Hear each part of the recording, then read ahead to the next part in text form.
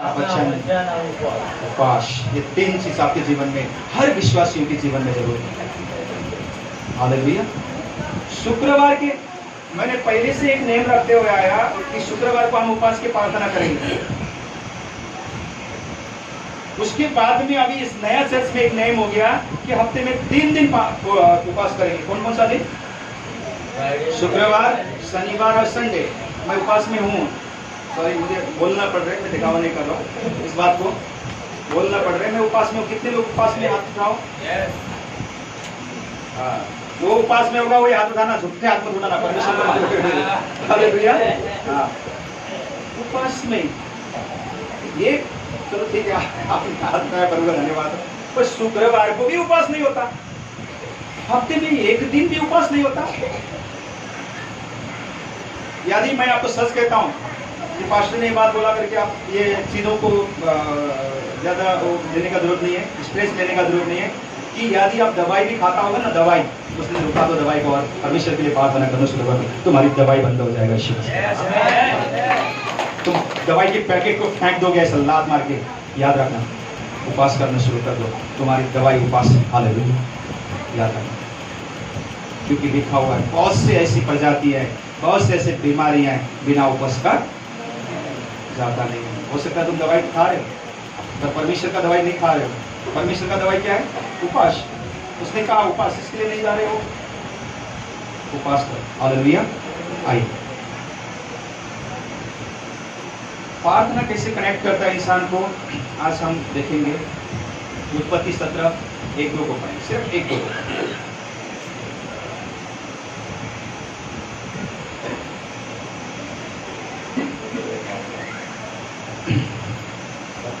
जब अब्राम 99 वर्ष का हो गया, तब यहोवा ने उसको दर्शन देकर कहा, मैं सर्वशक्तिमान ईश्वर हूँ, मेरी उपस्थिति में चल और सिद्ध होता जा। मैं तेरे साथ वाचा बांधूंगा और तेरे वर्ष को अत्यंत ही बढ़ाऊंगा। हालेलुया। देखिए, यहाँ पर परमेश्वर कहता है 99 वर्ष का बुढ़ा अब्राम। कितने वर्ष का? 99 वर्ष का। परमेश्वर उससे पहले भी अब्राम के साथ में था नहीं था? हाँ?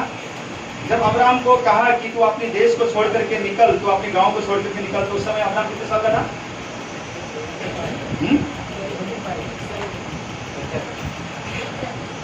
उस समय भी परमेश्वर ने उससे बातें किया करता था। पर यहाँ पर कहता है 99 साल के बाद में अब्राहम से परमेश्वर कहता है, तू मेरी उपस्थिति में, हाँ, तू मेरी उपस्थिति में आता जा और तू सिद्ध होते जाएगा। परमेश्वर कहता है, आज तुम मेरी उपस्थिति में आओ, मैं तुम्हें सिद्ध करते जाऊंगा। हालेलुया। सिद्ध कौन करेगा हमें? हर एक चीजों से आजाद कौन करेगा हमें?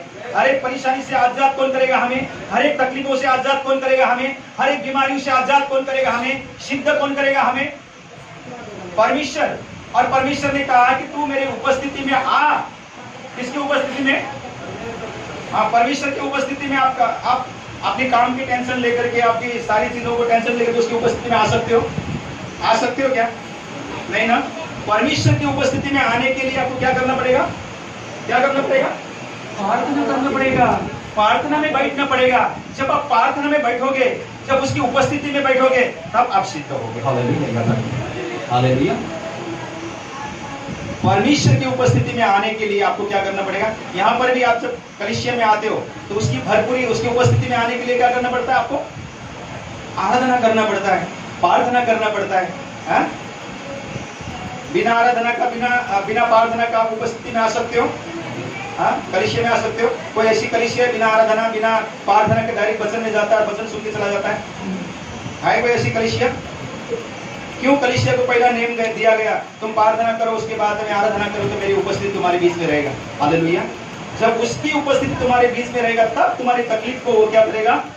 आजाद करेगा, शुद्ध करेगा, तुम्हें सिद्ध करेगा, तुम्हें पवित्रता की ओर खींचेगा, वो अंधकार से बाहर खींचेगा, ज्योति की ओर खींचेगा। पर उसकी उपस्थिति आपके जीवन में होना क्या है? जरूरत है।